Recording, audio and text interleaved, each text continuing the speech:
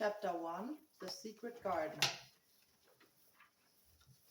There is no one left. When Mary Lennox was sent to Misselthwaite Manor to live with her uncle, everybody said she was the most disagreeable-looking child ever seen. It was true, too. She had a little thin face and a little thin body, thin light hair, and a sour expression. Her hair was yellow, and her face was yellow because she had been born in India and had always been ill in one way or another. Her father had held a position under the English government and had always been busy and ill himself.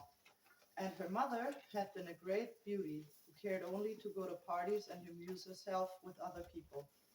She had not wanted a little girl at all, and when Mary was born, she handed her over to the care of an ayah, who was made to understand that if she wishes to please the Ma'am Sahib, she must keep the girl out of sight as much as possible. So when she was a sickly, fretful, ugly little baby, she was kept out of the way. And when she became a sickly, fretful, toddling thing, she was kept out of the way also. She never remembered seeing familiarly anything but the dark faces of her ayah and of the native servants, and as they always obeyed her and gave her her own way in everything, because the Mem Sahib would be angry if she was disturbed by her crying. By the time she was 6 years old, she was a tyrannically and selfish little pig as ever lived. The young English governess who came to teach her to read and write disliked her so much that she gave up her place in 3 months. And when other governess came to try to fill it, always went away in a shorter time.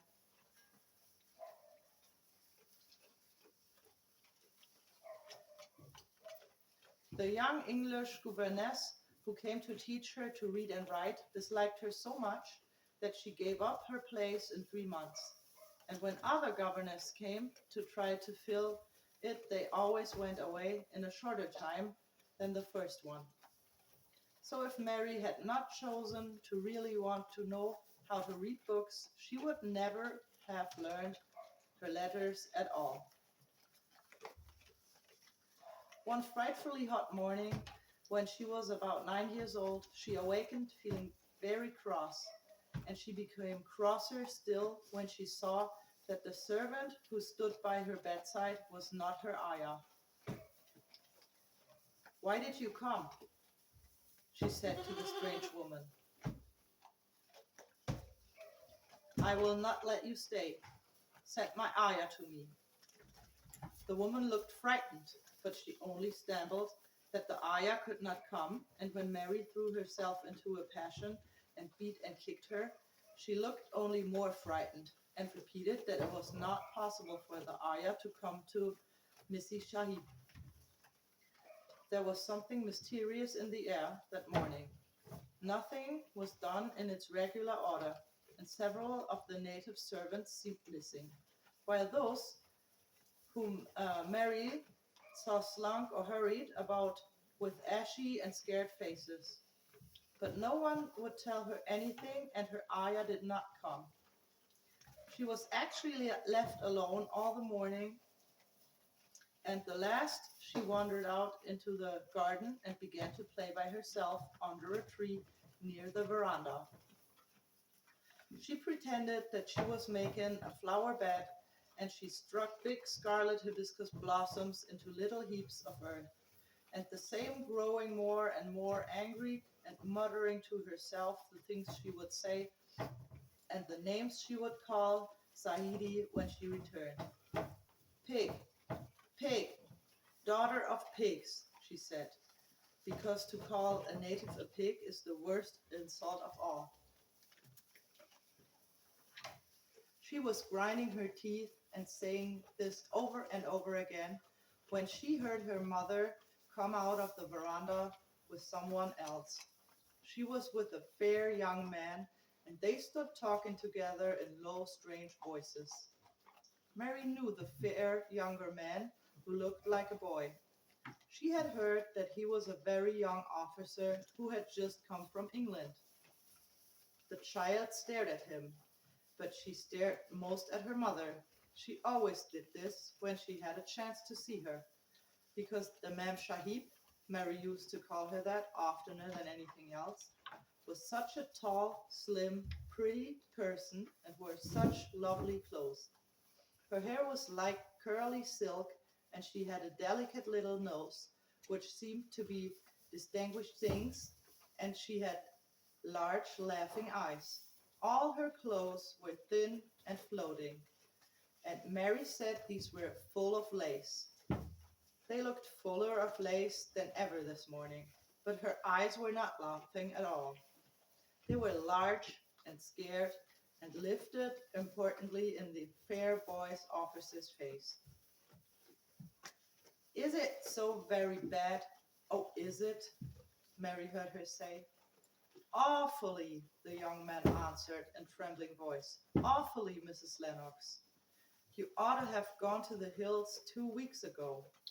The Mem Sahib wrung her hands. Oh, I know I ought, she cried. I only stayed to go to the silly dinner party. What a fool I was. At that very moment, such a loud sound of wailing broke out from the servants' quarters that she clutched the young man's arm, and Mary stood shivering from head to foot. The wailing grew wilder and wilder. What is it? What is it? Mrs. Lennox gasped. Someone has died, answered the boy officer. You did not say it had broken in among the servants. I did not know, the Mem Sahib cried. Come with me, and she turned and ran into the house. After that, appalling things happened, and the mysteriousness of the morning was explained to Mary. The cholera had broken out of its most fatal form, and people were dying like flies. The ayah had been taken ill in the night, and it was because she had just died that the servants had wailed in the huts. Before the next day, 3 other servants were dead, and others had run away in terror. There was panic on every side, and dying people in all the bungalows. During the fusion and bewilderment of the second day, Mary hid herself in the nursery and was forgotten by everybody. Nobody thought of her, nobody wanted her, and strange things happened of which she knew nothing. Mary alternately cried and slept through the hours. She only knew that people were ill and that she heard mysterious and frightening sounds. Once she crept into the dining room and found it empty. Through a partly finished meal was on the table, and chairs and plates looked as if they had been hastily pushed back when the dinner rose suddenly for some reason. The child ate some fruit and biscuits, and being thirsty, she drank a glass of wine, which stood nearly filled. It was sweet, and she did not know how strong it was. Very soon it made her intensely drowsy, and she went back to her nursery and shut herself again, frightened by cries she heard in the huts and by the hurrying sound of feet. The wine made her so sleepy that she could scarcely sleep, her eyes open, and she lay down on her bed and knew nothing more for a long time. Many things happened during the hours in which she slept so heavily, but she was not disturbed by the wails and the sound of things being carried in and out of the bungalow. When she awakened, she lay and stared at the wall. The house was perfectly still. She had never known it to be so silent before. She heard neither voices nor footsteps and wondered if everybody had got well of the cholera and all the trouble was over. She wondered also who would take care of her now her ayah was dead. There would be a new ayah, and perhaps she would know some new stories. Mary had been rather tired of the old ones. She did not cry because her nurse had died. She was not an affectionate child and had never cared much for anyone. The noise and hurrying about and wailing over the cholera had frightened her, and she had been angry because no one seemed to remember that she was alive. Everyone was too panic-stricken to think of a little girl no one was fond of. When people had the cholera, it seemed that they remembered nothing but themselves.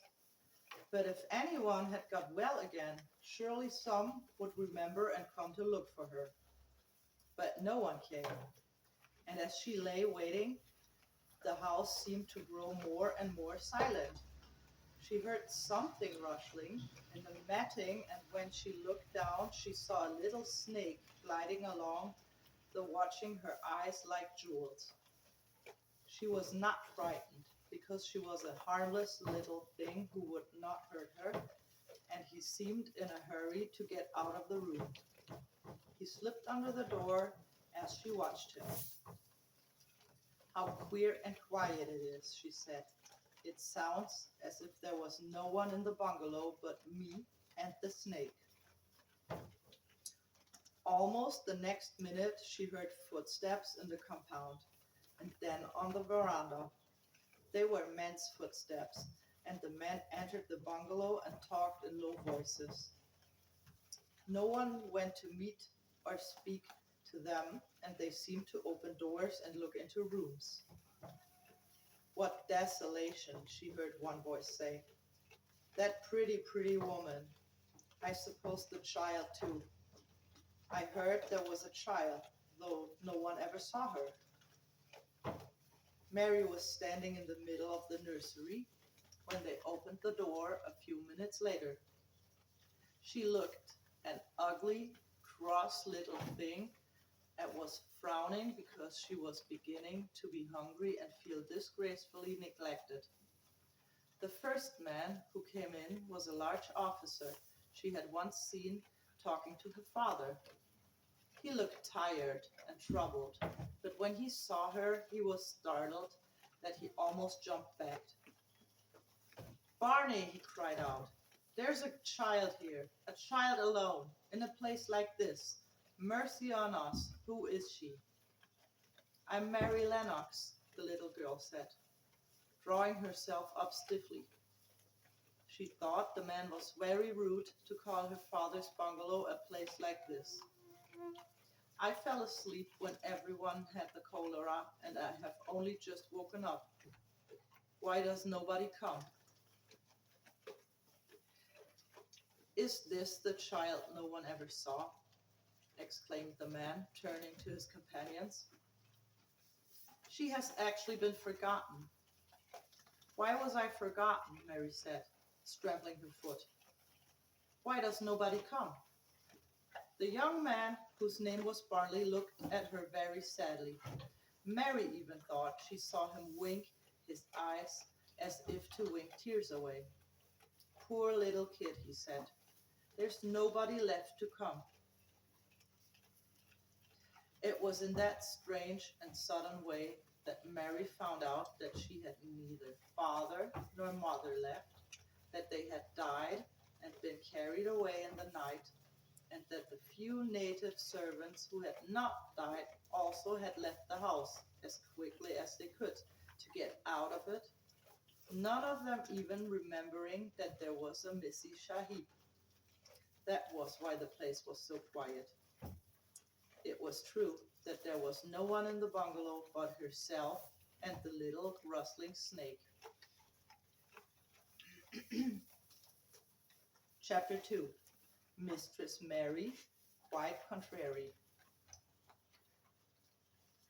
Mary had liked to look at her mother from distance, and she had thought her very pretty, but as she knew very little of her, and she could scarcely have been expected to love her or to miss her very much when she was gone. She did not miss her at all, in fact. And as she was a little self-absorbed child, she gave her entire thoughts to herself, as she had always done. If she had been older, she would not doubt have been very anxious at being left alone in the world. But she was very young, and as she had always been taken care of, she supposed she always would be. What she thought was that she would like to know if she was going to nice people who would be polite to her and give her her own way as her ayah and the other native servants had done. She knew that she was not going to stay at the English cleric's house where she was taken at first. She did not want to stay. The English clergyman was poor and he had 5 children, nearly all the same age, and they wore shabby clothes and were always quarreling and snatching toys from each other. Mary hated their untidy bungalow and was so disagreeable to them after the first day or two, nobody would play with her. By the second day, they had given her a nickname which made her furious. It was Basil who thought of it first. Basil was a little boy with impudent blue eyes and a turned-up nose, and Mary hated him. She was playing by herself under a tree, just as she's been playing the day on the cholera broke out. She was making heaps of earth and paths for a garden, and Basil came and stood near to watch her. Presently, he got rather interested and suddenly made a suggestion. "Why don't you put a heap of stones there and pretend it's a rockery?" he said. "There, in the middle." And he leaned over to her to point. "Go away," cried Mary. "I don't want boys. Go away." For a moment, Basil looked angry, and then he began to tease. He was always teasing his sisters. He danced round and round her, and made faces, and sang and laughed. "Mistress Mary," cried Contrary, "how does your garden grow? With silver bells, and cockle shells, and marigolds all in a row." He sang it until the other children heard and laughed too. And the crosser Mary got, the more they sang. "Mistress Mary, quite contrary." And after that, as long as she stayed with them, they called her Mistress Mary, quite contrary. When they spoke of her to each other, and often when they spoke to her. "You are going to be sent home," Basil said to her, "at the end of the week, and we're glad of it." "I'm glad of it too," answered Mary. "Where is home?" "She doesn't know where home is," said Basil, with 7-year-olds gone. "It's England, of course. Our grandma lives there, and our sister Mabel was sent to her last year. You are not going to your grandma. You have none. You are going to your uncle. His name is Mr. Archibald Craven." "I don't know anything about him," snapped Mary. "I know you don't," Basil answered. "You don't know anything. Girls never do. I heard father and mother talking about him. He lives in a great, big, desolate old house in the country, and no one goes near him. He's so gross he won't let them, and they won't come if he would let them. He's a humpback, and he's horrid."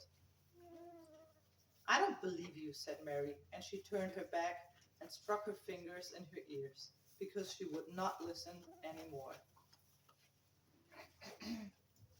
But she thought over it a great deal afterward, and when Mrs. Crawford told her that night that she was going to sail away to England in a few days and go to her uncle, Mr. Archibald Craven, who lived at Misselthwaite Manor, she looked so stony and stubbornly uninterested that they did not know what to think about her.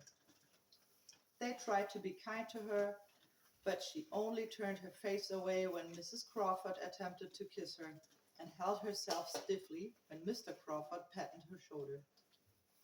"She is such a plain child," Mrs. Crawford said pityingly afterwards.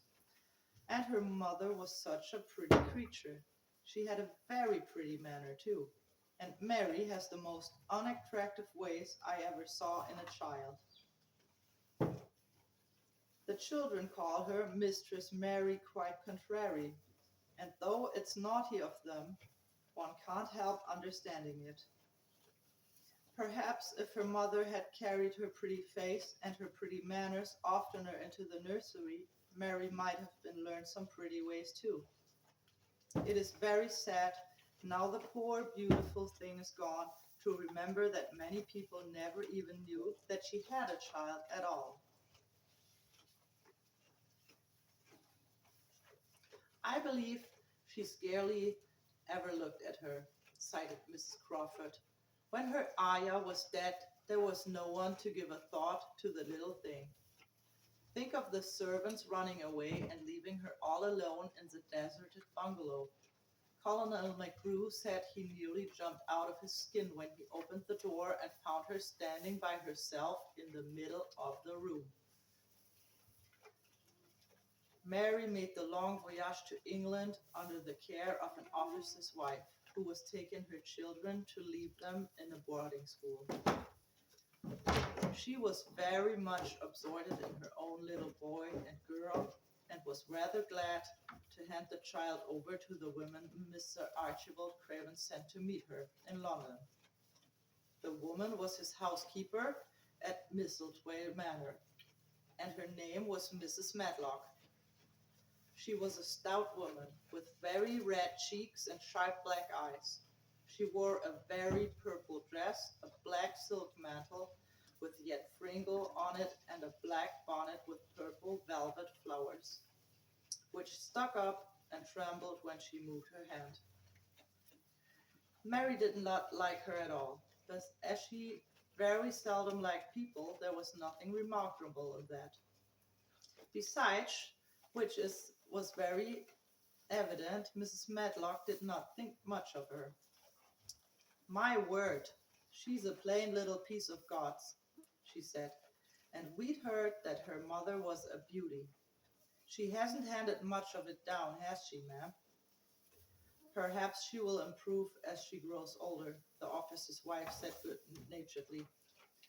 If she were not so swallow and had a nicer expression, her features are rather good. Children alter so much.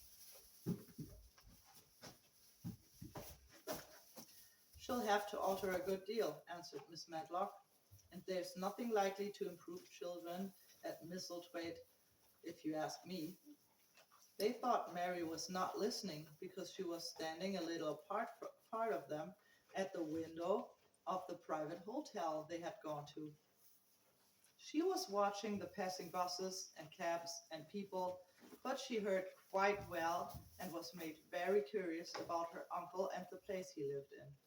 What sort of a place was it, and what would it be like? What was a hunchback? She had never seen one. Perhaps there were none in India. Since she had been living in other people's houses and had had no ayah, she had begun to feel lonely and to think queer thoughts which were new to her. She had begun to wonder why she had never seemed to belong to anyone, even when her father and her mother had been alive. Other children seemed to belong to their fathers and mothers, but she had never seemed to really be anyone's little girl. She's had servants and food and clothes, but no one had taken any notice of her. She did not know that this was because she was a disagreeable child, but then, of course, she did not know she was disagreeable. She often thought that other people were, but she did not know that she was so herself. She thought Miss Medlock the most disagreeable person she had ever seen, with her common highly colored face and her common fine bonnet.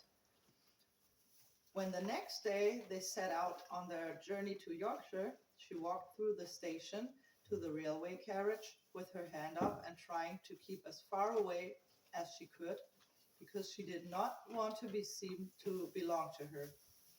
It would have made her angry to think people imagined she was her little girl. But Mrs. Medlock was not in the least disturbed by her and her thoughts. She was the kind of woman who would stand no nonsense from young ones.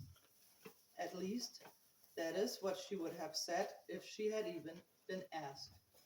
She had not wanted to go to London just when her sister Mariah's daughter was going to be married, but she had a comfortable, well-paid place as housekeeper at Misselthwaite Manor, and the only way in which she could keep it was to do at once what Mr. Archibald Craven told her to do.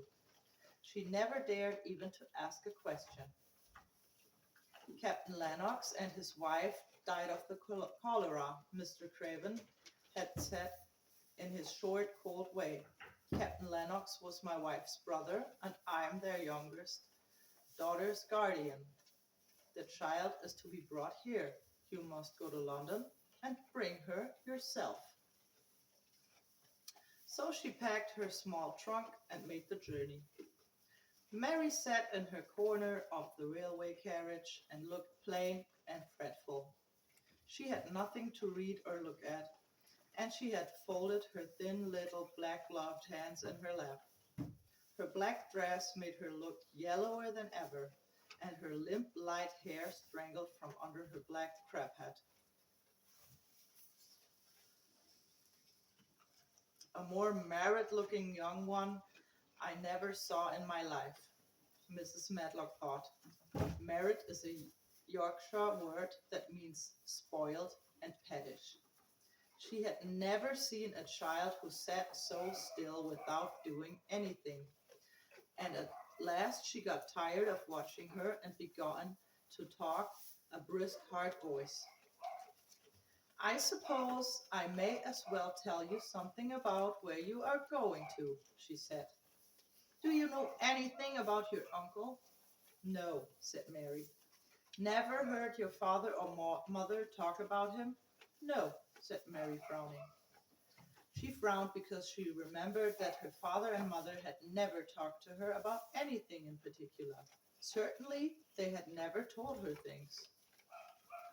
Huh, muttered Miss Medlock, staring at her queer, unresponsive little face. She did not say any more for a few moments, and then she began again. I suppose you might as well be told something. I prepare you. You are going to a queer place. Mary said nothing at all, and Miss Medlock looked rather disconcerted by her apparent indifference. But after taking a breath, she went on. Not but that's it's a grand big place in a gloomy way, and Mr. Craven's proud of it in his way. And that's gloomy enough, too. The house is 600 years old, and it's on the edge of the moor, and there's near 100 rooms in it, through most of them shut up and locked. And there's pictures and fine old furniture and things that's been there for ages.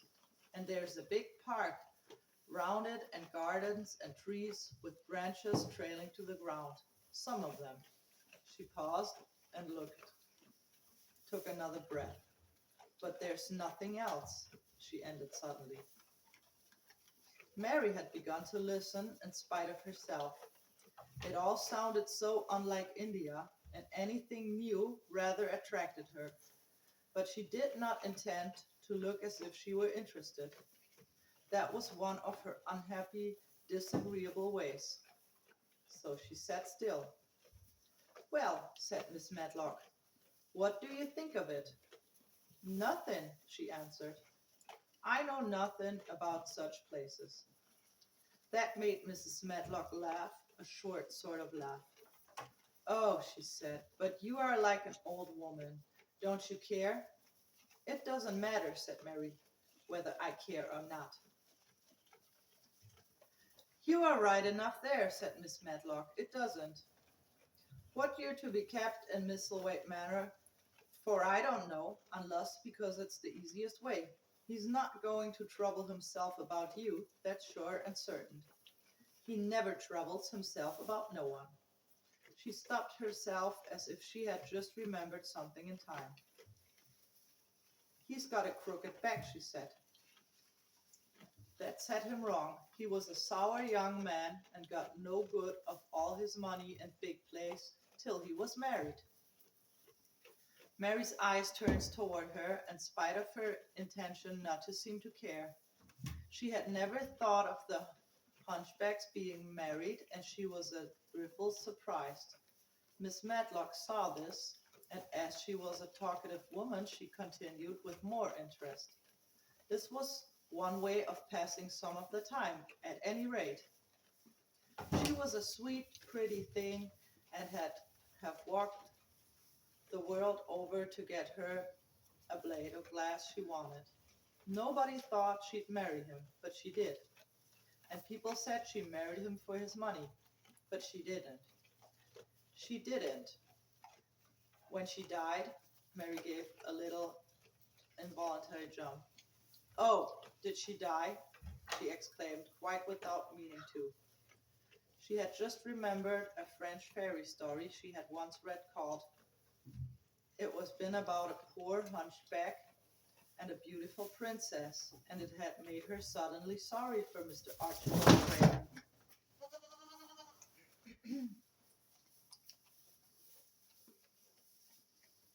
Yes, she said. She died, Miss Matlock answered, and it made him queerer than ever. He cares about nobody. He won't see people. Most of the time he goes away, and when he is at Misselthwaite, he shuts himself up in the West Wing and won't let anyone put Pitcher see him. Pitcher's an old fellow, but he took care of him when he was a child, and he knows his ways. It sounded like something in a book, and it did not make Mary feel cheerful. A house with 100 rooms, nearly all shut up and with their doors locked, a house on the edge of a moor, whatsoever a moor is, sounded dearly. A man with a crooked back who shut himself up also. She stared out of the window with her lips pinched together, and it seemed quite natural that the rain should have begun to pour down in crazy sleighing lines and splash and stream down the window panes. If the pretty wife had been alive, she might have made things cheerful by being something like her own mother and by running in and out and going to parties as she had done in frocks full of lace. But she was not there anymore. You needn't expect to see him, because 10 to 1 you won't, said Miss Matlock. And you mustn't expect that there will be people to talk to you. You'll have to play about and look after yourself. You'll be told what rooms you can go into and what rooms you to keep out of. There's gardens enough, but when you're in the house, don't go wandering and poking about. Mr. Craven won't have it. I shall not want to go poking about, said sour little Mary. And just as suddenly as she had begun to be rather sorry for Mr. Archibald Craven, she began to cease to be sorry and to think she was unpleasant enough to deserve all that had happened to him. And she turned her face towards the streaming panes of the window of the railway carriage and gazed out at the grey rainstorm, which looked as if it would go on forever and ever. She watched it so long and steadily that the grayness grew heavier and heavier before her eyes, and she fell asleep.